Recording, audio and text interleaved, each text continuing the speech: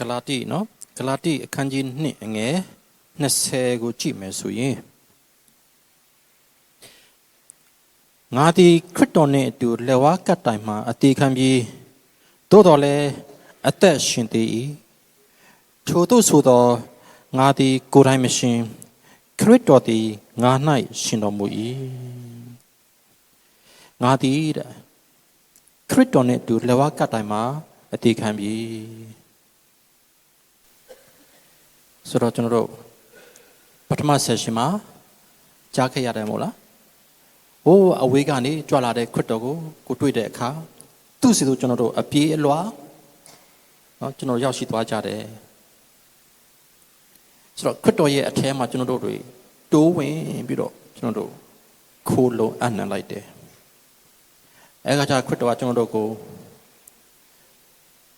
သူ့ရဲ့အထဲမှာနော်ထဲဝင်လက်ခံပြီးတော့လောကကတဲ့ဘောခေါ်ဆောင်သွားတယ်ကားတိုင်းပေါ်မှာကျွန်တော်တို့ခရစ်တော်နဲ့တူသွေးသွန်းပြီးတော့အတေခံကြရတယ်ငါသည်ခရစ်တော်နဲ့တူလောကကတိုင်းမှာအတေခံပြီးအတေခံလိုက်ပြီ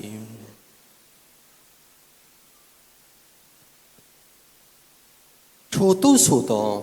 အသက်ရှင်သေး၏နော်သို့တော်လည်းအသက်ရှင်သေး၏ဒါပေမဲ့အသက်ရှင်နေသေးတယ်အဲ့ဒီမှာကြည့်နော်ခရစ်တော်နဲ့တူကျွန်တော်တို့တွေအသေးခံလိုက်ပြီဒါပေမဲ့ကျွန်တော်တို့ကယခုအသက်ရှင်နေသေးတယ်ဘာကြောင့်လဲခရစ်တော်နဲ့တူပြန်လဲရှင်ပြန်ထမြောက်ကြတာကိုအသစ်တော်အသက်တာနဲ့ရှင်ပြန်ထမြောက်ကြတာလူဟောင်းအရင်တော့ကစာတန်6နောက်ကဲလူဟောင်းကြီးဟာဘာဖြစ်လဲသင်္ချိုင်းမှာကြံခဲ့ပြီမြေထဲမှာကြံခဲ့ပြီလူအသစ်ဖြစ်နေရှင်ပြန်ထမြောက်နေကြတယ်အခုကျွန်တော်တို့အသက်ရှင်နေကြတယ်တကယ်တော့ကျွန်တော်တို့ဟာခရစ်တော်နဲ့တူအသေးခံလိုက်ပြီ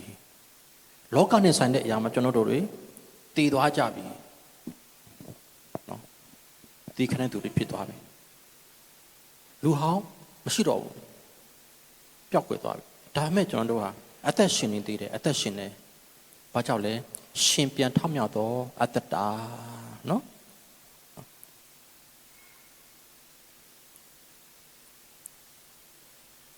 သို့တော်လည်းအသက်ရှင်သည်ထို့သို့ဆိုတော့ငါဒီကိုယ်တိုင်မရှင်ခရစ်တော်သည်ငါနဲ့ရှင်တော်မူ၏အဲ့လိုပြောတဲ့နေရာမှာငါကကိုယ်တိုင်မရှင်ဘူးတဲ့ခရစ်တော်သည်ငါ၌အသက်ရှင်ပေးတာဆိုတော့ခရစ်တော်ပေးတဲ့အသက်နဲ့ကျွန်တော်တို့တွေအသက်ရှင်နေတာကျွန်တော်တို့ခရစ်တော်နဲ့တူကားတိုင်းမှာအသေးခံလိုက်တဲ့အခါခရစ်တော်နဲ့တူပြန်ရှင်လာကြတယ်ရှင်မြတ်သောအသက်တာဖြစ်နေတယ်အဲ့ဒီအခါမှာ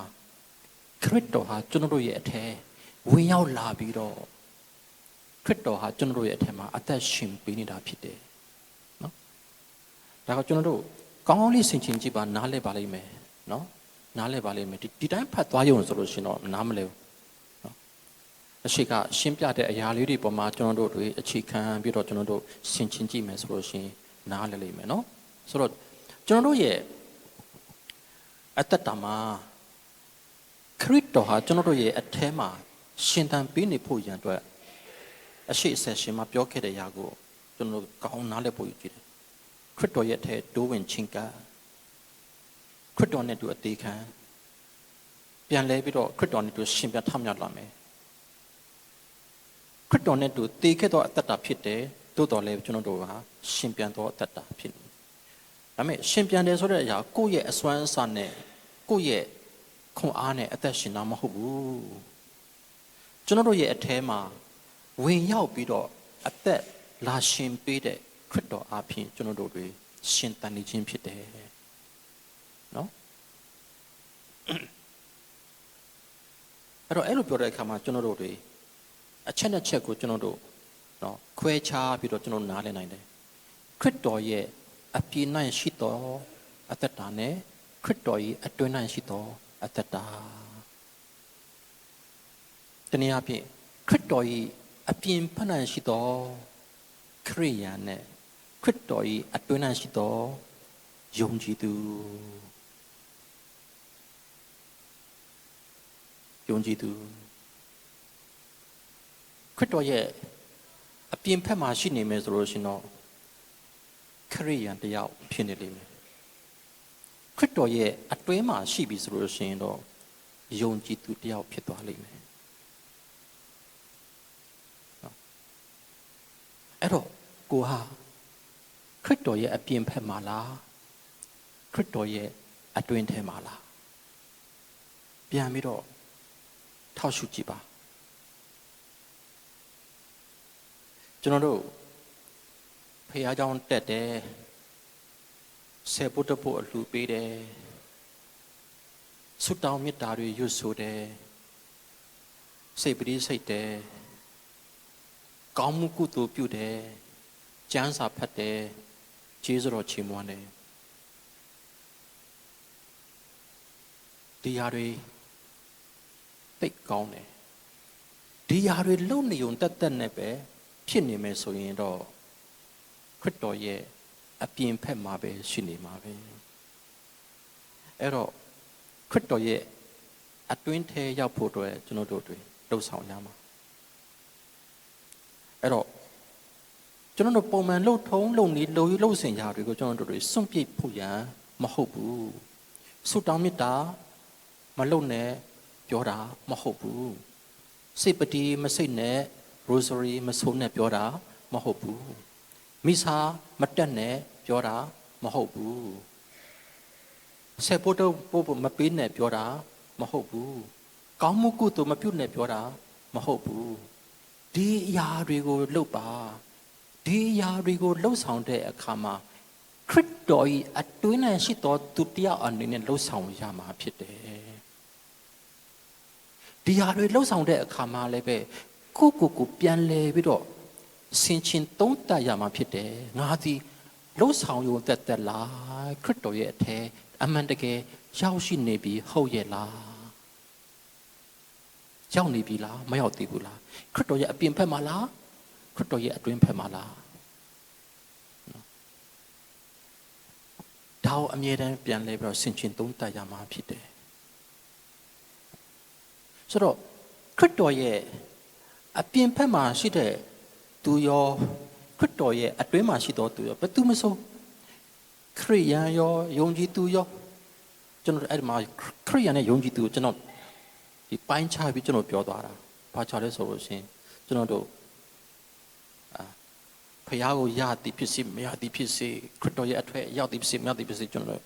မင်းကဘယ်ဘာသာလဲမေးတဲ့အခါမှာကျွန်တော်ကကျမခရိယန်လို့ပြောတာခရိယန်လို့ပြောတိုင်းကျွန်တော်တို့တွေတကယ်တမ်းဘုရားသခင်ရဲ့အရှိန်မှာယုံကြည်သူတယောက်ဖြစ်ပြီလားဟုတ်တယ်လို့ပြောမှာပါတိုးတော်လည်းပဲဘုရားသခင်ရဲ့လက်ခံခြင်းအတိမတ်ပြုခြင်းတတ်မှတ်ခြင်းကတော့ကွာတယ်နော်မတူဘူးနော်ဟုတ်လားတကယ်ယုံကြည်သူဆိုတဲ့အရာကြအတွင်းသို့ဝင်ရောက်ခြင်းကိုပြောတာ immerse အတွင်းမှာဝင်ရောက်ခြင်းခရစ်တော်ရဲ့ဒုက္ခခံခြင်းအသေးခံခြင်းနဲ့ရှင်ပြန်ထမြောက်ခြင်းမှာပါဝင်သောအတ္တတာဒီယုံကြည်ခြင်းအတ္တတာယုံကြည်သူရဲ့အတ္တတာပြောတယ်ဒါကြောင့်မို့ကျွန်တော်ဒီခရိယန်နဲ့ယုံကြည်သူကိုကျွန်တော်ပိုင်းခြားပြောလိုက်တာဖြစ်တာဆိုတော့ခရိယန်လို့ပြောတဲ့အခါမှာ generally ပေါ့ရေပူရအားဖြင့်ပြောလိုက်တာဖြစ်တယ်ဟိုခရစ်တော်ရဲ့အထက်အမှန်တကယ်ရောက်ခြင်းမရောက်အောင်မရောက်ပဲလဲရှိရင်ရှိအောင်မှာပေါ့ယုံကြည်သူတို့ပြောတဲ့အခါမှာတော့ passion death and resurrection ခရစ်တော်ရဲ့ဒုက္ခခံခြင်းအသေးခံခြင်းရှင်ပြထမြောက်ခြင်းဆိုတဲ့အတ္တတာထဲမှာတကယ်တမ်းရောက်သွားပြီးတော့ခရစ်တော်နဲ့တလုံးသွားပြီးပေါင်းဆက်သွားပြီးဆိုတဲ့အတ္တတာကိုပြောတာဖြစ်တယ်ဆိုတော့ဘာပဲဖြစ်ဖြစ်ခရစ်တော်ရဲ့အပြင်မှာရှိတော်သူလားအတွင်းမှာရှိတော်သူလားကျွန်တော်တို့ပြန်ပြီးတော့ဆင်ခြင်ရမှာဆိုတော့ဘာပဲဖြစ်ဖြစ်ဒီအပြင်မှာပဲဖြစ်ဖြစ်အတွင်းမှာဖြစ်ဖြစ်ခရစ်တော်ရဲ့စကားကိုကျွန်တော်တို့တွေနားထောင်ကြတယ်နားဆွင့်ကြတာနားထောင်ကြတယ် attentive နားထောင်ကြတယ်ဒါပေမဲ့မတူကြားနာနိုင်စွမ်းကွာခြားတယ်နားထောင်ကြတယ်သို့တော်လည်းကြားနာခြင်းကွာခြားတယ်ခရစ်တော်ရဲ့အပြင်မှာရှိတော်သူဟာဆိုလို့ရှိရင်အိမ်ရဲ့အပြင်မှာရှိတော်သူနဲ့တူတာခရစ်တော်ရဲ့အတွင်းမှာရှိတော်သူကြတော့အိမ်ရဲ့အတွင်းမှာရှိတော်သူနဲ့တူတာ အဲ့အပြင်မှာရှိတဲ့သူဟာဆိုလို့ရှိရင်အပြင်မှာဆိုင်ကတန်တွေကားတန်နဲ့ဟုတ်လားဟိုလောက်စပီကာနဲ့အတန်ချက်ဆက်တွေနဲ့ဒီတချင်းတွေဖွင့်ပြီးတော့ဆူညမ်းနေတဲ့လေတိုက်တဲ့ဝုန်းဝုန်းအတန်တွေနဲ့ဟုတ်လားကာဟွန်တန်တွေနဲ့လူတွေရဲ့အော်ဟစ်တဲ့အတန်တွေနဲ့ဆူညမ်းနေတဲ့အခါကြတော့နော်ကိုရဲ့အဖေကပြောတဲ့စကားကိုဒီဟိုနားထောင်တယ်ဒါပေမဲ့နားမလဲဘူးအတန်တခုတော့ကြားနေတယ်ဒါပေမဲ့တဲတဲကွယ်မရှိဘူးပြောချင်တာအဲ့ဒီအကြောင်းအရာဆိုတာသိတယ်ဒါပေမဲ့ဒီအကြောင်းအရာထဲမှာဘယ်လိုမျိုး content တွေလဲဘယ်လိုမျိုးအချက်လက်တွေလဲဘယ်လိုမျိုးဒီဇာတ်လမ်းခင်းပြီးတော့အကြောင်းနဲ့အကျိုးနဲ့ cause and effect ပြောနေတာလဲသူ့ရဲ့ခံစားချက်ကဘယ်လိုမျိုးဖြစ်နေတယ်လဲမသိနိုင်သူကဒါကိုဆိုလိုတာတော့သိဒါပေမဲ့အတိအကျမသိဘူးနော်နားထောင်တယ်ဒါပေမဲ့ကြားနာနေတဲ့အစွမ်းမရှိအဲ့ဒီခါကျတော့အပြင်မှာဆူညံတန်တွေရဲ့ကြားမှာကိုယ့်အဖေရဲ့ခံစားချက်အဖေရဲ့ဖြစ်နေတဲ့အရာအဖေပြောချင်တဲ့အရာဘာလဲဆိုတာကိုတဲတဲကူပဲမသိအောင်အဖေကကဲငါသားငါသမီးအိရဲ့အထက်ကိုလိုက်ခဲ့ပါအိရဲ့အထက်ရောက်တဲ့ခါမှာတကားပေါက်တွေအကုန်ပိတ်ပတင်းပေါက်တွေအကုန်ပိတ်ပြီးတော့အထက်မှာအဖေကနေလေတံခတ်တူတူလေးနဲ့အေးစစ်စစ်ပြောတဲ့စကားတန်ကိုမိမိတီရှင်းရှင်းလင်းလင်းနဲ့ကြားနိုင်စွမ်းရှိသွားတယ်။ဘာကြောင့်လဲအပြင်လောကရဲ့ဆူညံတန်တွေမရှိတော့ဘူး။နားထောင်တဲ့အခါမှာအသာလေးပဲကြားနိုင်စွမ်းရှိသွားတယ်။အဲ့တော့အိမ်ရဲ့အပြင်မှာရှိတော်သူနဲ့အိမ်အပြင်မှာရှိတော်သူနဲ့အတွင်းမှာရှိတဲ့သူမတူတော့ဘူး။နားထောင်ထားခြင်းအတူတူပဲကြားနိုင်စွမ်းကကွာသွားတယ်။အလားတူပဲကျွန်တော်တို့ခရစ်တော်ရဲ့အပြင်မှာရှိတော်သူနဲ့အတွင်းမှာရှိတော်သူမတူတော့ဘူး။နှစ်ယောက်စလုံးကတော့ခရစ်တော်ရဲ့စကားကိုလာရောက်နားထောင်ကြတာပဲ။ဒါပေမဲ့ကြားနာတဲ့အစွမ်းကကြတော့မတူတော့ဘူး။ကွာဟသွားကြတာဖြစ်တယ်။အဲ့တော့ကျွန်တော်တို့မိစားဟောတဲ့အခါမှာယဟန်တော်ကနေလူတွေကြားဖို့အတွက်အတန်အကျယ်ကြီးနဲ့အော်ပြီးတော့ဟောပြီးတယ်တကယ် vibrant speaker လို့တော့ဟောပြီးတယ် shouting နော်အော်ဟစ်ပြီးတော့ဟောပြီးတယ်လူတွေကနားထောင်တယ်နားနဲ့ကြားတယ်ဒါပေမဲ့နှလုံးသားနဲ့မကြားဘူးဝိညာဉ်နဲ့နားမလည်ဘူးအဲ့ဒါဘာဖြစ်လို့လဲဘာဖြစ်လို့လဲဆိုလို့ရှိရင်ကျွန်တော်တို့ဟာဆိုလို့ရှိရင်ဖျားเจ้าတက်တော်ခရစ်ယာန်များဖြစ်နေလို့ခရစ်တော်ရဲ့အပြင်မှာရောက်နေတဲ့အတွက်ကြောင့်ဖြစ်တာမိမိခရစ်တော်ရဲ့အထက်ထိုးဖောက်ဝင်ရောက်တိုးဝင်ချင်းကလိုက်ခရစ်တော်ရဲ့အတွင်းအထဲကိုရောက်သွားတဲ့အခါမှာခရစ်တော်ရဲ့ whisper တီးတို့ပြောတဲ့စကားတန်လေးမြင်သာစွာနဲ့ပြောတဲ့စကားတန်လေးကိုကျွန်တော်တို့တွေ့နားထဲမှာရှင်းရှင်းလင်းလင်းလေးနဲ့ကျွန်တော်ကြားရလိမ့်မယ်ကြားတဲ့အခါမှာခံစားချက်နဲ့ကြားရလိမ့်မယ် with our feeling ခံစားချက်နဲ့ကြားရအောင်ခရစ်တော်ပြောတဲ့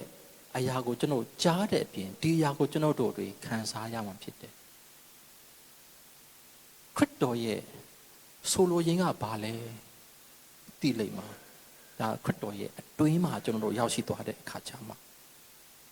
ဆိုတော့ခရစ်တော်ရဲ့စကားသံအားဆိုလို့ရှိရင်ကျေလောင်စွာဖြင့်မလာဘူး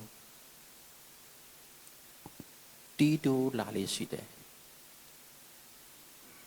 အပြင်လောကကြီးရဲ့ကျေလောင်တဲ့ဆူညံတဲ့အရာတွေထဲမှာခရစ်တော်သခင်ပြောတဲ့စကားကျွန်တော်တို့မကြားနိုင်ဘူးအမှန်တကယ်ကျွန်တော်ပြောရမယ်ဆိုလို့ရှိရင်ကျွန်တော်တို့ဒီ praise and worship ကျေးဇူးတော်ချီးမွမ်းခြင်းဒီခုံပေါက်ကျွန်တော်တို့ဒီ drum တွေနဲ့ကျွန်တော်တို့ bass တွေနဲ့ကျွန်တော်တို့တီးခတ်တီးဆိုမှုအထဲမှာကျွန်တော်တို့ခရစ်တော်သခင်ရဲ့စကားတန်မကြားရအောင်ပြန်စဉ်းစားကြည့်ပါဒီလိုပြောလို့ဒီမှာယေရှုတော်ချီးမွမ်းခြင်းကမကောင်းမှုလို့ပြောတာမဟုတ်ကျွန်တော်ကိုယ်တိုင်လည်းပဲယေရှုတော်ချီးမွမ်းခြင်းတွေကျွန်တော်ဦးဆောင်ပေးခဲ့တယ်ဒါပေမဲ့မိမိရဲ့ဒီလိုမျိုးလှုပ်ဆောင်ခဲ့တဲ့အတွေ့အကြုံတစ်လျှောက်ကနေပြီးတော့ရခဲ့တဲ့အတိတွေရပါလေကျွန်တော်တို့လောကကြီးရဲ့ဆက်ရန်တရားဆက်ပစ္စည်းဟုတ်လား programmized program တွေနော်ဒီအခင်းအကျင်းတွေလှပမှုတွေဒီ instruments တွေဒီဂီတာတွေအဆိုတော်တွေရဲ့ကောင်းတဲ့အသံတွေလှပတဲ့အသံတွေတရားဟောဆရာရဲ့တကယ့်ထက်မြက်တဲ့တရားဟောကြားချက်တွေအပြင်ကျွန်တော်တို့တွေခရစ်တော်ရဲ့အသံမကြားနိုင်ဘူးဘယ်တော့မှမကြားဘူးကျွန်တော်ငါအသက်တာပြောင်းလဲပြီးဖြစ်သွားတယ်မဟုတ်ဘူးအဲ့ဒါ emotion လို့ခေါ်ပါတယ် emotion နှလုံးသားနဲ့နားထောင်လိုက်တာတကယ်တရားဟောစီဟာတကယ်ငိုတန်းနဲ့တခါအတန်းတုံးပြီးတော့ပြောလိုက်တယ်ကိုရောရှင်ဘလောက်ကောင်းလဲမင်းရဲ့အပြစ်တွေဘလို့ရှိလဲပြောတယ်ဝမ်းနေပြီးတော့ညအချိန်ပြန်ငိုမယ်ဝမ်းနေဒါပေမဲ့မိမိကိုရောရှင်ရဲ့အတွင်းထဲတကယ်မရောက်သေးတဲ့အခါကျတော့ဒီဝမ်းနဲ့ချက်ဟာဆိုလို့ရှင်တညပဲခံတယ်နောက်နေ့ကိုယ့်ရဲ့လောကဘဝအသက်တာနဲ့ပဲပြန်ရှင်သန်ဥမှာပဲနောက်ဒီအစီအစဉ်လာတဲ့တရားဟောကြားချက်အရန်ကောင်းတယ်အရန်ခံစားရတယ်အရန် touch ဖြစ်တယ်အရန်ခွန်အားရတယ်ပြောင်းလဲသွားဖြစ်နေဒါပေမဲ့အပြင်လောကရဲ့နော်စူးညောက်တွေခြုံတွေဟုတ်လားကြောက်တွေကနေကိုယ့်ကိုထပ်မှန်လွမ်းမှုတဲ့အခါမှာကိုတော်ရှင်ရဲ့နှုတ်ကပတ်တော်ကိုယ့်ရဲ့ဘဝအသက်တာထဲမှာမရှင်သန်ဘူးဆိုတော့ကိုတော်ရှင်ကိုကျွန်တော်တို့အပေါ်ရနားနဲ့ပဲနားထောင်နေမယ်ဆိုလို့ရှင်ကျွန်တော်တို့ကိုတော်ရှင်ရဲ့စကားဘယ်တော့မှနားမလဲဘူးအပေါ်ရကျွန်တော်နားမထောင်နဲ့အပြင်လောကကနားမထောင်နဲ့ကျွန်တော် program ကနေအစီအစဉ်ကနေနားမထောင်နဲ့ကျွန်တော်ဆက်ပစ္စည်းဆက်ရန်တရားတွေနဲ့ကျွန်တော်တို့ဒီနားမထောင်နဲ့မရဘူးကိုတော်ရှင်ရဲ့အထဲကိုကျွန်တော်တကယ်ဝင်ပါကိုတော်ရှင်ရဲ့အတွင်းကျွန်တော်တကယ်တိုးဝင်ပြီးတော့နားထောင်ကြည့်ပါဒါမှအဲ့မှာကိုတော်ရှင်ပြောတဲ့စကားသိကိုပဲနော်ရှင်းလင်းလိမ့်မယ်ကျွန်တော်တို့ကြားနိုင်စွမ်းရှိနေလိမ့်မယ်ဒါပေမဲ့ကိုတော်ရှင်ကကျွန်တော်အော်ပြီးတော့မပြောဘူးအော်ဟစ်ပြီးတော့မပြောဘူးကိုတော်ရှင်ကျွန်တော် emotion နဲ့ငိုတန်းနဲ့မပြောဘူး vibrant လှုပ်ခါပြီးမပြောဘူးကျွန်တော်နှလုံးကိုသူ့ဆွဲခါပြီးဘယ်တော့မှမပြောဘူး shouting မူးချင်းတန်လိုမျိုးနဲ့ကိုတော်ရှင်ကျွန်တော်ကိုသူ့ရဲ့ဘုံတကူပြပြီးတော့သူ့ရဲ့အခွင့်အာဏာကိုသူပြပြီးတော့ဘယ်တော့မှမပြောဘူးကျွန်တော်ကိုချင်းချောက်ပြီးတော့ဘယ်တော့မှမပြောဘူးငရဲကိုပြပြီးတော့ကြောက်စရာကောင်းတဲ့ပုံစံနဲ့မင်းတွေ့တာမင်းဒီလိုဖြစ်နေရင်တော့မင်းငရဲသွားရမယ်ဆိုတဲ့ငရဲကိုပြပြီးတော့ချင်းချောက်ပြီးတော့ဘယ်တော့မှကိုတော်ရှင်ကျွန်တော်ကိုတော်ရှင်ပြောတဲ့စကားတန်မှာဘယ်တော့မှမူရမာယာတွေမပါဘူးကိုတော်ရှင်ရဲ့စကားမှာအလှမပါဘူးပရိယေမပါဘူးချိုးသားခြင်းတွေမပါဘူးကိုရရှင်ရဲ့စကားတန်က simple very simple ကိုရရှင်ရဲ့စကားသည်လှပသောစကားတန်မဟုတ်ဘူးကိုရရှင်ရဲ့စကားဆိုလို့ရှိရင် power မဟုတ်ဘူး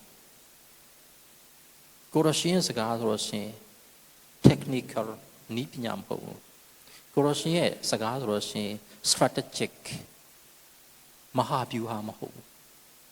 ကိုရရှင်စကားသည်စကားအတန်လေးတစ်ခုတည်းပဲ simple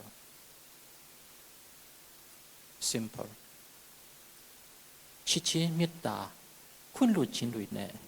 ရိုးရိုးရှင်းရှင်းလေးပဲပြောနေတဲ့စကားအဲ့ဒါတွေကျွန်တော်နောက်ပိုင်းကျွန်တော်သိလာတဲ့အခါမှာကျွန်တော် vibrant မဟောတော့လှုပ်ခါပြီးတော့လူရနှလုံးလှုပ်ခါမဟောတော့နောက်မထောင်ချင်းရတယ်ကျွန်တော်ကတော့ကျွန်တော်ရဲ့ကိုယ်အတန်နဲ့ကိုယ့်ဟာကိုယ်အေးစစ်စစ်ပဲကျွန်တော်ဟောမယ်ကျွန်တော်ရဲ့ဘဝနဲ့လာပေါင်းစားကိုရရှင်ရဲ့အတွင်ဝင်ရောက်ပြီးနောက်ထောင်ကြည့်ပါကြားလိမ့်မယ်အဲ့ဒါပဲ အဲ့တရားနားမထောင်လို့လည်းပဲစိတ်မကောင်းလည်းမဖြစ်ဘူးဘာမှမခံစားတော့ဟုတ်ပြောမယ်ဆိုလို့ရှိရင်ခံစားချက်တွေကင်းမဲ့ပြီးတော့ဟောတဲ့သဘောမျိုးလည်းဖြစ်သွားဒီလိုပြောတဲ့အခါမှာမေတ္တာမပါဘူးဆိုတာမျိုးမဟုတ်ဘူးဟုတ် technical မသုံးတော့ဘူး strategic မဟုတ်တော့မဟာဗျူဟာမဟုတ်တော့ဘူးနီးပညာမဟုတ်တော့ဘူးနော်ဟိုနောက်ပရိယေမဟုတ်တော့ဘူးအပြုံးလေးတွေမဟုတ်တော့ချိုးသားတဲ့အတန်တွေ melodious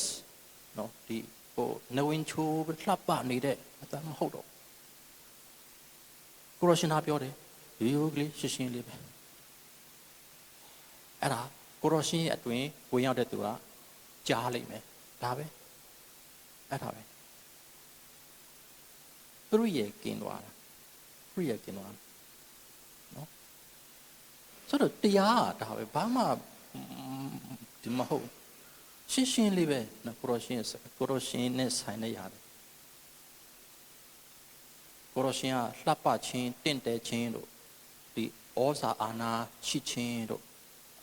အဲ့ဒါကိုရရှင်မှာအပြည့်ဝဒါပေမဲ့ကိုရရှင်ကဒီရာနဲ့မတူသူက simple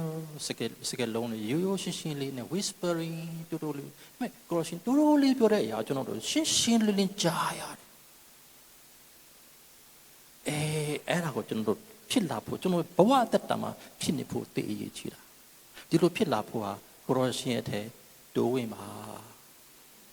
ကိုရရှင်ရဲ့အထက်ဝင်ရောက်လိုက်ပါသိအရေးကြီးတယ်နော်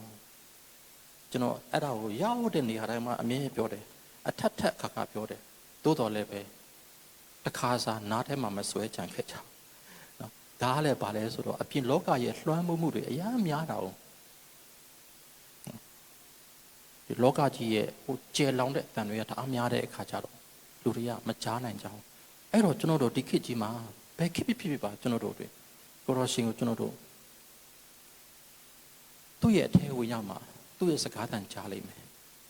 ပြီးတော့ကျွန်တော်တို့ solitude သွားတိတ်ဆိတ်တစ်ခုမှသွားတရားသွားထိုင်လို့ကိုရောရှင်ကြားမလားမဟုတ်ဘူးနော်မကြားအဲ့ဒါလည်းမကြားပြန်အဲ့လည်းမကြားဘူးလောကကြီးရဲ့ဆူညံတန်တွေကြားမှာငါမကြားဘူးကားတန်တွေစိုက်ကဲတန်တွေနဲ့လူတန်တွေနဲ့ဆူညံနေတဲ့အတန်ကြားငါကိုရောရှင်ရဲ့စကားကိုငါမကြားဘူးဆိုလို့ရှင်ငါတောင်ထိပ်တစ်ခုသွားတောအုပ်တစ်ခုမှာငါတယောက်တည်းသွားနေပြီးတော့ညီသက်စွာနေတရားထိုင်မယ်ရှုသွင်းရှုထုတ်လို့ပြီးတော့ကိုရရှင်နားထောင်ကြည့်မယ်ကြားမလားမကြားဘူးမကြားရဘူးဘာကြောင့်လဲ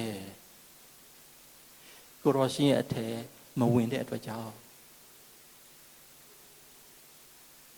အဲ့တော့ကိုရရှင်ရဲ့အထက်ဝင်ရောက်ခြင်းဆိုတဲ့ရာသီနေရာထိုင်ခင်းနဲ့မဆိုင်ဘူးအချိန်နဲ့မဆိုင်ဘူးအရန်ကိုပဲဆူညံနေလိမ့်မယ်ဟိုကားတွေစိုက်ကတွေပွဲလမ်းတွေအရန်ဆူညံနေလိမ့်မယ်မှန်အဲ့ဒီအခြေအနေမျိုးမှာကိုကနောင်တရပြီကိုရောရှင်တပိတော့ရအတ္တကိုရောရှင်ထမအနံပါတယ်ကိုရော surrender ကိုရောရှင်ထမလုံးဝစက္ကအနံနဲ့ကိုရောတပိတော့ရပေါ့ကိုရောရှင်အပိုင်းသိမ်းပါကိုရောရှင်စိတ်တိုင်းကြလို့ပါကိုရောတပိတော့ရပေါ့ကိုမပိုင်းတော့ကိုရောရှင်မပိုင်းနေကိုရောအဲ့ဒါကိုရရှင်ထံတို့တိုးဝင်ခြင်းပဲကိုရရှင်ထံတိုးဝင်ခြင်းအဲ့ဒါအရန်ဆူညံနေတဲ့နေရာမှာကိုရရှင်ထံတိုးဝင်လိုက်ကိုရရှင်ရဲ့စကားတန်ကြားလိမ့်မယ်ဘာကြောင့်လဲကိုရရှင်ရဲ့အတွင်းရောက်သွားပြီအထက်ရောက်သွားပြီကြားလိမ့်မယ်သူပြောတဲ့စကားကဘာနဲ့ကြနားနဲ့လားမဟုတ်ဘူးကိုယ့်ရဲ့နှလုံးသားထဲကကိုယ့်ရဲ့အသွေးသားထဲမှာစကားတန်နဲ့မဟုတ်ဘဲနဲ့ကြားရလိမ့်မယ်အဲ့ဒါကကိုရရှင်ရဲ့စကားတန်ကြားခြင်းကိုရရှင်စကားပြောတဲ့ပုံစံကကျွန်တော်လူသားတွေပြောတဲ့ပုံစံနဲ့မတူဘူးသူ့ကိုကျွန်တော်ကြားမှာအတန်တစ်ခုမဟုတ်ဘဲနဲ့သူပြောတဲ့ရောက်အထက်မှာကြားမှာကြားခြင်းဆိုတာအတွင်းကလာတာကိုရရှင်ကနော်ဖခင်ကကျွန်တော်စကားပြောဆိုအပြင်ကမပြောဘူးအပြင်ကနေမပြောဘူးအတွင်းကနေပြောတာအတွင်းကကြားမှာလောကကြတော့အပြင်ကနေပြောမှာအပြင်ကပြောတယ်ကျွန်တော်ကြားပြီးတော့အဲ့မှာကျွန်တော်တာယာချမှာအပြင်ကပြောတဲ့ຢာကိုကျွန်တော်ကြားပြီးတော့ကျွန်တော်တို့စစ်မှန်တော့ပြောင်းလဲခြင်းကမဖြစ်လာနိုင်ဘူးယခုFather ပညာကတရားဟောတဲ့အခါမှာ ဖာသာပညာရဲ့တရားကြားပြီးတော့ပြောင်းလဲခြင်းမဖြစ်နိုင်ဘူးအဲ့ဒါကအပြင်မှာအဲ့ဒါကဘာပြောမှလဲအပြင်မှာဒီအပြင်ကပါစက်နဲ့ပြောတယ်အပြင်ကနားနဲ့ကြားတာဘယ်တော့မှမပြောင်းလဲဘူးဖာသာပညာရဲ့တရားဘယ်တော့မှပြောင်းလဲခြင်းကိုမပေးနိုင်ဘူးအေးပြောင်းလဲခြင်းဖြစ်ဖို့အတွက်အခုကကူညီပေးနေတာအစီခံပေးနေတာဖြစ်တယ်ကျွန်တယောက်အနေနဲ့ကူညီအစီခံပေးခြင်းဖြစ်တယ်ကိုယ်တိုင်ကလှုပ်ဖို့လို့တာတဏှာဟောသွားကိုယ်အိမ်မှာတယောက်တည်းနေတကားပေးဒါမှမဟုတ်တော့တွေ့သွားကိုရမြတ်အရှိမသွားထိုင်ပြီးတော့ကိုရရှင်ကျွန်ုပ်ရဲ့တတကိုရရှင်ဒါမှအနန္တနေကိုရောဘဝအတ္တမှာကိုရရှင်စိတ်တိုင်းကြကိုရရှင်ပြုပါတော့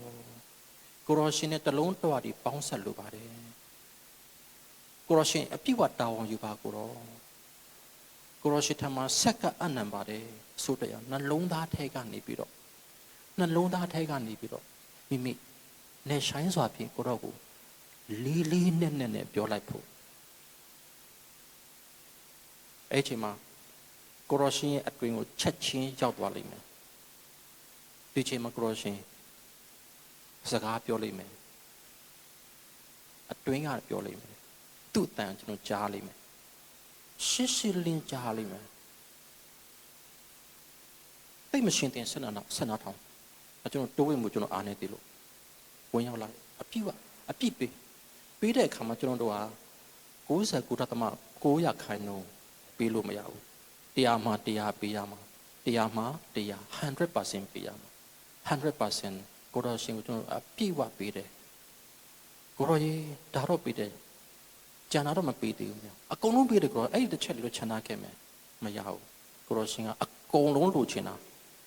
ကျွန်တော်ရဲ့ဘဝကို तू ကအပိုင်သိမ်းချင်တာသူ့ရဲ့ရင်ခွင်ထဲမှာအပြည့်ဝလိုချင်တယ်အပြည့်ဝပေးလိုက်ငါရဲ့ဘဝကိုရောရှိထံပေးလိုက်ရင်တော့ငါကလောကမှာငါဘယ်လိုတာယာရတော့မှာလဲ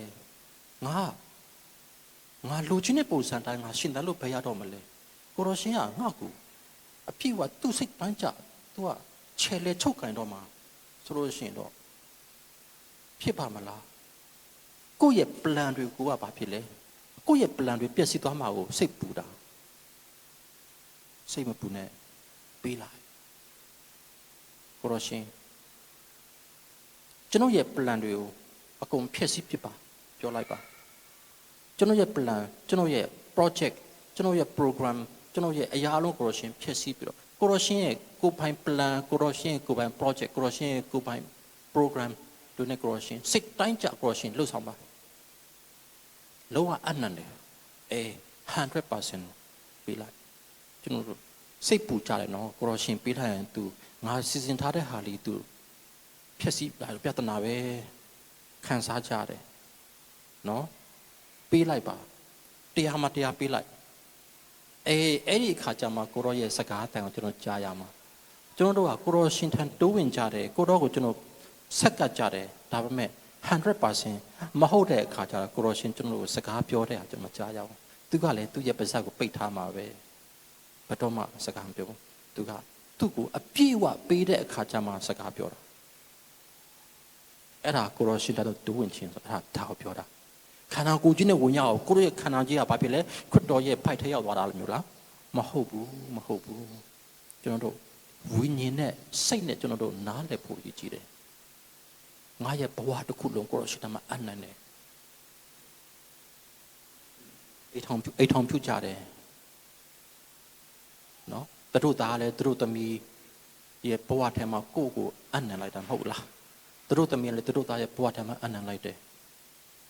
ဘဝတစ်ခုလုံးကိုပြလိုက်တာငါရဲ့ဘဝမေ့ပိုင်ပြီမင်းရဲ့ဘဝကိုငါပိုင်တယ်ပေးလိုက်တာအဲ့ဒီအရာထက်ပိုရအောင်မှာနော်ပေးလိုက်ပေးဆက်လိုက်ကိုရရှင်စကားပြောတဲ့ကျွန်တော်တို့တွေကြားလိမ့်မယ်ကြားရုံတက်မဟုတ်ဘူးခံစားရလိမ့်မယ်ကိုရရှင်ရဲ့ခံစားချက်ကျွန်တော်တို့ရဲ့ခံစားချက်ဖြစ်သွားမှာကိုရရှင်ရဲ့ဆန္ဒကျွန်တော်တို့ရဲ့လှုပ်ဆောင်ပြီးလို့တဲ့စေတနာဖြစ်သွားမှာကို ကိုရရှင်ရဲ့ project ကျွန်တော်တို့တွေအကောင့်ထဲပေါ်ဆောင်ရမယ်အရာတခုဖြစ်လာလိမ့်မယ်။ဘာကြောင့်လဲကိုရရှင်နဲ့တလုံးတဝါဒီဖြစ်သွားပြီဖြစ်သွားပြီ။အဲ့တော့ကိုရရှင်ရဲ့အထဲသို့တိုးဝင်ခြင်းဝင်ရောက်ခြင်း entering into Jesus ဆိုတဲ့ရာဒီ surrender ကိုယ့်ရဲ့ဘဝကိုခရစ်တော်ခင်မှာအနံ့ခြင်းခရစ်တော်နဲ့ကျွန်တော်တို့တလုံးတဝါဒီဖြစ်ခြင်း union intimate union with Jesus now covenant ပဋိညာဉ်ဖြစ်သွားပြီပဋိညာဉ်ဖြစ်သွားကိုရရှင်ရဲ့ဘဝကျွန်တော်ရဲ့ဘဝဖြစ်သွားတယ်ကျွန်တော်ရဲ့ဘဝကိုရရှင်ရဲ့ဘဝဖြစ်သွားတယ်ပဋိညာဉ်အရင်ကကျွန်တော်ဒီဟောကြားပို့ချလေးရှိတယ်တီးတန့် course တစ်ခုအနေနဲ့ပဋိညာဉ်ကိုကျွန်တော်သင်ပေးလေးရှိတယ်ဒီကလူတွေလည်းတချို့ဂျာပူခေါင်းဂျာပူပါလိမ့်မယ်နော်ဒီမှတ်မိလဲမှတ်မိပါလိမ့်မယ်ပဋိညာဉ်ဆိုတဲ့အရာခွဲလို့မရဘူးကိုရရှင်အတွင်းဝင်ရောက်ခြင်းနဲ့ခွဲလို့မရဘူးနော်ဟိုအရင်ကဆိုလို့ရှိရင်ဒီဓမ္မဟောင်းကာလမှာနော်သွေးပဋိညာဉ်ပြုကြတာနော်သူ့ရဲ့ဟိုစက်ချက်မှာကိုကသွားပြီးတော့ဒီအတိတ်ကြနေထိုင်ခြင်းနဲ့အဲ့ဒီမှာကိုဟိုလေယာစိုက်ပြူးခြင်းနဲ့ဆိုလို့ရှိရင်သူနဲ့ပဋိညာဉ်ပြုရတယ်သူ့မြေမှာသူ့မြေသူ့နေရာမှာကိုကသွားပြီးတော့နေထိုင်အသက်မွေးဝမ်းကြောင်းမဲ့ဆိုတဲ့အခါကျတော့သူနဲ့ပဋိညာဉ်ပြုရတယ်အဲ့ဒီခါကျဘာလို့ရလဲဆိုတော့ပထမအနေနဲ့ဟာဝို့ယုံလဲရတာသူ့ရဲ့ဝို့ယုံကိုခွာကိုပေးတယ်ကိုရဲ့ဝို့ယုံကိုခွာသူ့ကိုပေးရတယ်သူ့ဝို့ယုံကိုကိုဝတ်တယ်ကိုဝို့ယုံသွားဝတ်တယ်ဝို့ယုံဆိုတဲ့ຢာလူပုတ်ကိုစားပြတာအတိတ်ဘက်ကမင်းဟာငါဖြစ်ပြီးငါမိဖြစ်ပြီးအဲ့လိုဖြစ်သွားတာဒါပဋိညာဉ်နော်ဒါဟိုဓမ္မဟောင်းကာလဣဇရိမျိုးတွေရဲ့ပဋိညာဉ်မှာဒုတိယကျတော့ခပတ်သူတို့ကခပတ်ဆိုတဲ့ဟာကျွန်တော်ဒီခေတ်မှာကျတော့ခပတ်ကိုကျွန်တော် style တစ်ခုနဲ့ဝတ်ကြတာလေအရင်ခေတ်ကကျတော့ခပတ်ကသူတို့တကယ့်ကို practical လက်တွေ့ကြတဲ့အရာအလှနေနေမဟုတ်ဘူးနော်တရေခပတ်ကိုသူတို့တွေခါမှစီးထားပြီးတဲ့ခါမှဒီသူတို့ကဒီခပတ်မှာသူတို့ဒီလေးတွေမြားတွေဓမြောင်တွေသူတို့ကချိတ်ထားတာအဲ့တော့ခပတ်ကိုချွတ်ပြီးတဲ့အခါမှာသူ့ကိုပေးရတယ်ဆိုတော့ခပတ်မှာချိတ်ထားတဲ့လေးမြားဓမြောင်တွေဟုတ်လားဓားတွေအားလုံးဟာလည်းအဲ့ဒီခပတ်နဲ့တူပါသွားပြီဖြစ်တယ်သူ့ရဲ့ခပတ်ကိုယူကိုယ့်ရဲ့ခပတ်သူယူအတိတ်ဘက်ကဘာလဲဆိုလို့ရှိရင်မိရဲ့ဘဝလုံခြုံမှုအတွက်ငါရဲ့ဒီဟိုလက်နဲ့တွေငါမိကိုအသက်ဆုံးပြီးကာကွယ်ပေးမယ်ဆိုတဲ့အတိတ်ပဲမိရဲ့ဘဝငါယူလိုက်တယ်ငါရဲ့ဘဝမယူလိုက်တယ်ဒီပြင်မိကိုငါကာကွယ်ပေးမယ်အတိတ်ပဲတတိယကြဘာလို့တလဲသူတို့ကဆိုလို့ရှိရင်တရိษံတကောင်ကိုတတ်နော်ထက်ချမ်းချမ်းပြီးတော့လမ်းရဲ့ဘယ်ညာတစ်ဖက်စီမှာတရိษံတချမ်းစီကိုထားပြီးတဲ့အခါမှာတရိษံအပိုင်းစားနှစ်ခုရဲ့အလယ်မှာလူနှစ်ယောက်သူတို့နှစ်ယောက်ဆိုလို့ရှိရင်ကြောချင်းကပ်ပြီးမတ်တရရတယ်မတ်တရပြီးတော့အင်္ဂလိပ်အခရာရှင်းပူတနာနဲ့သူလမ်းလျှောက်ရတယ်စဉ်းစားကြည့်ပါရှင်းပူတနာလမ်းလျှောက်တယ်8လေနော်အဲ့လိန်ပြီးလျှောက်တယ်နော်ဆိုတော့သူတို့နှစ်ယောက်စလုံးအလေပြန်ရောက်တဲ့အခါမှာနှစ်ယောက်စလုံးကရင်ဖတ်ချင်းကတ်သွားပြီပထမကြောချင်းဒီကြောချင်းကတ်ရတာပေါ့တယောက်ဒီဟိုခွာနေကြတဲ့သူတွေကိုလန်းကိုရှောက်နေကြတဲ့သူနှစ်ယောက်ဟာပဋိညာဉ်ပြုချင်းအပြီးမှကြတော့ရင်ဖတ်ချင်းကတ်သွားပြီတယောက်ပွေ့ဖက်ကြပြီးမျက်နှာမူကြပြီးနော်ဒီမိတ္တဟာယဖွဲ့ကြပေါင်းဆက်ကြပြီးဆိုတဲ့အတိတ်ပဲနော်အဲ့ဒါပြီးတဲ့အခါကျတော့သူတို့ဘာလို့တလဲနော်သူတို့ဟာဆိုတော့သူတို့ရဲ့ညာဖက်လက်တွေကိုအပေါ်ကိုချီမြောက်ထားပြီးတဲ့အခါမှာသူတို့ဒီဓာတ်နဲ့လက်ဖွားကိုနော်တွေးထွက်အောင်ခုတ်ရှာရတယ်ကြောက်စရာကြီးနော်အဲ့တော့လက်ကနေတွေးထွက်လာတဲ့အခါမှာနေအောင်ဆိုလို့ရှိရင်ဒီတွေးထွက်နေတဲ့လက်ဖွားနှစ်ခုကိုသူတို့ဟာချိတ်ဆက်ရတယ်အဲ့ဒီကနေစပြီးတော့ကဘာကြီးမှာကျွန်တော်တို့ shaking hands ဆိုတာလက်ဆွဲနှုတ်ဆက်ခြင်းဆိုတဲ့ဒီကာချာကြီးဖြစ်ပေါ်လာတကယ်တော့ဓမ္မဟောင်းကာလဣဇရေလတွေရဲ့သွေးပရိညင်အလေးအထကနေပြီးတော့ဒါလာအဲ့ဒီတုန်းကသူတို့သွေးပရိညင်လို့တဲ့ခါမှာနှုတ်ဆက်တယ်ဆိုတာပါသွေးထွက်နေတဲ့လက်နှစ်ဖက်ကိုနှုတ်ဆက်ကြတာအဲ့ဒါဘာဖြစ်လဲ သူ့စီကယိုစီးတဲ့သွေးနဲ့ကိုယ်စီကယိုစီးတဲ့သွေးနှစ်ခုကပေါင်းဆက်သွားကြသွေးနှစ်ခုပေါင်းဆက်သွားကြသွေးဆိုတာအသက်ပဲလေအသက်နှစ်ခုပေါင်းဆက်သွားပြီဟောတလုံးတော်တွေဖြစ်သွားပြီအဲ့ဒီချိန်မှာပါပြောကြလို့ဆိုရင်မင်းနဲ့ငါနဲ့တလုံးတော်တွေပေါင်းဆက်ပြီမင်းရဲ့သွေးနဲ့ငါရဲ့သွေးပေါင်းဆက်ခြင်းဟာမင်းရဲ့ဘဝနဲ့ငါရဲ့ဘဝပေါင်းဆက်ခြင်းဖြစ်သွားပြီမင်းရဲ့ဘဝထဲငါဝင်သွားပြီငါရဲ့ဘဝထဲမင်းဝင်လာပြီဒီနေ့အစပြီးတော့မင်းနဲ့ငါနဲ့ဒီတလုံးတော်တွေဖြစ်ပြီမင်းနဲ့ငါနဲ့ခွဲလို့မရတော့ဘူးပဋိညာဉ်တကယ်လို့မင်းရဲ့ဘဝမှာနော်ဒုက္ခတွေအခက်အခဲရောက်လာဆိုရှင်ငါမင်းကိုလာကူညီပေးမယ်ငါရဲ့အသက်ကိုစွန့်ပြီးတော့မင်းကိုငါကယ်တင်ပေးမှာအဲ့ဒီဂတိကဝတ်တွေပြုကြတယ်နောက်ဘာဖြစ်လဲနောက်ထပ်ဂတိတစ်ခုကပဋိညာဉ်ဂတိတစ်ခုอ่ะဆိုလို့ရှင် covenant terms ကဘာလဲဆိုလို့ရှင်နော်မင်းမှာအကျွေးရှိလားမင်းမှာအကျွေးရှိတယ်ဆိုလို့ရှင်မင်းရဲ့အကျွေးအကုန်လုံးငါသည်ဆက်ပေးဖို့အတွက်တာဝန်ပဋိညာဉ်အရာရှိသွားပြီဒါကြောင့်မင်းရဲ့အကျွေးအကုန်လုံးငါသည်ဆက်ပေးမှာဖြစ်တယ်ဂတိပြုရတယ်ဘာကြောင့်လဲသူနဲ့ကိုယ်နဲ့ဟာတလုံးတဝတယောက်တည်းဖြစ်သွားပြီ intimate union တလုံးတဝတည်းဖြစ်သွားပြီအဲ့ဒီခါကျတော့သူ့ရဲ့အကျွေးဟာကိုယ့်ရဲ့အကျွေးပဲသူ့ရဲ့ပြဿနာကိုယ့်ရဲ့ပြဿနာပဲဆိုတော့သူ့ရဲ့အကျွေးကိုကိုယ်ကဖြေရှင်းပေးရမှာသူ့ရဲ့ပြဿနာကိုကိုယ်ကနေပြီးဖြေရှင်းပေးရမှာတာဝန်ရှိသွားတယ်ဒါပဋိညာဉ်ရဲ့အကျိုးရလဒ်တွေပဲပဋိညာဉ်ကနေပြီးတော့ပေးလိုက်တဲ့ impact အကျိုးရလဒ်အကျိုးကျေးဇူးတွေပဲဖြစ်တာအကျိုးသက်ရောက်မှုတွေဖြစ်တာအဲ့တော့ပဋိညာဉ်ဆိုတဲ့အရာအဖြစ်ဘာဖြစ်လဲ I am you you are me we are one မင်းဟာငါဖြစ်တယ်ငါဟာမင်းဖြစ်တယ်မင်းနဲ့ငါနဲ့တလုံးတွားပြီးဖြစ်သွားပြီ I flow in you you flow in me we are one မင်းဟာငါရဲ့အထက်စီစဉ်သွားတယ်ငါဟာလည်းမင်းရဲ့အထက်စီစဉ်သွားပြီမင်းနဲ့ငါနဲ့တယောက်တည်းဖြစ်သွားပြီပဋိညာဉ်တလုံးတွားပြီးဖြစ်သွားခရစ်တော်ရဲ့အထက်တိုးဝင်ခြင်းဆိုတဲ့အရာခရစ်တော်နဲ့ပဋိညာဉ်ပြုခြင်း covenant ကိုယ်နဲ့ခရစ်တော်နဲ့တလုံးတွားပြီးဖြစ်သွားပြီပေါင်းစည်းသွားကြပြီပေါင်းဆက်သွားကြပြီကိုယ့်ရဲ့ဘဝခရစ်တော်ရဲ့ဘဝခရစ်တော်ရဲ့ဘဝကိုယ့်ဘဝကိုယ့်ရဲ့ဒုက္ခခရစ်တော်ရဲ့ဒုက္ခခရစ်တော်ရဲ့ဒုက္ခကိုယ့်ရဲ့ဒုက္ခခရစ်တော်ရဲ့ mission ကိုယ့်ရဲ့ mission ကိုယ့်ရဲ့ mission ခရစ်တော်ရဲ့ mission ကိုယ်ခံရမယ့်ဒုက္ခကိုဆက်ဖြေရမယ့်အပြစ်ဒဏ်ခရစ်တော်ရဲ့တာဝန်ဖြစ်သွားပြီဟောဒါကြောင့်မလို့ကျွန်တော်တို့ခရစ်တော်ရဲ့ထဲတိုးဝင်လိုက်တယ်ဆိုတဲ့အရာဘာဖြစ်လဲပဋိညာဉ်ပြုခြင်းဖြစ်သွားတဲ့အခါမှာခရစ်တော်ရဲ့ထဲတိုးဝင်တော့မိမိဟာဘယ်လူလဲစာတန်ရဲ့ညဉ့်ညံတဲ့သွေးပါနေတဲ့သူစာတန်ရဲ့ညဉ့်ညံတဲ့စိတ်တွေပါနေတဲ့သူအဲ့ဒီခါကျတော့ခရစ်တော်ကလူကိုအရန်ချစ်ပြီးတော့သူ့ရဲ့ထဲသူလက်ခံလိုက်ပေမဲ့သူ့ရဲ့ထဲမှာခံထားတဲ့လူကဘာဖြစ်နေလဲစာတန်ရဲ့ညဉ့်ညံတဲ့သွေးစာတန်ရဲ့ညဉ့်ညံတဲ့စိတ်တွေနော်ဝိညာဉ်တွေနဲ့ပြည့်နေတဲ့လူဖြစ်တဲ့အခါမှာဟောဒီလူကနေဘာဖြစ်လဲဒီစာတန်ရဲ့သွေးနဲ့စာတန်ရဲ့ဝိညာဉ်ကိုနော်သူ့ရဲ့ထဲကဒီသေခြင်းဆိုတဲ့အရာအပြစ်ဒဏ်ဆက်ဖြစ်ခြင်းဆိုတဲ့ပူဇော်ခြင်းအဖြစ်ထုတ်ပြရမယ်ဆိုတဲ့တာဝန်ရှိတယ်ဒါမဲ့လူကကိုယ်တိုင်လုပ်လို့ရလားမရဘူးဘုရားသခင်လက်မခံဘူးအဲ့ဒီခါကျခရစ်တော်ကနေပြီးတော့သူ့ရဲ့အထက်မှာထည့်ဝင်ထားတဲ့လူကိုသူကနေနော်ဒီလူအတွက်ဘုရားသခင်ထံမှာသူ့ရဲ့သွေးသွန်းပြီးတော့ရစ်ပူဇော်ပေးရတာလူရဲ့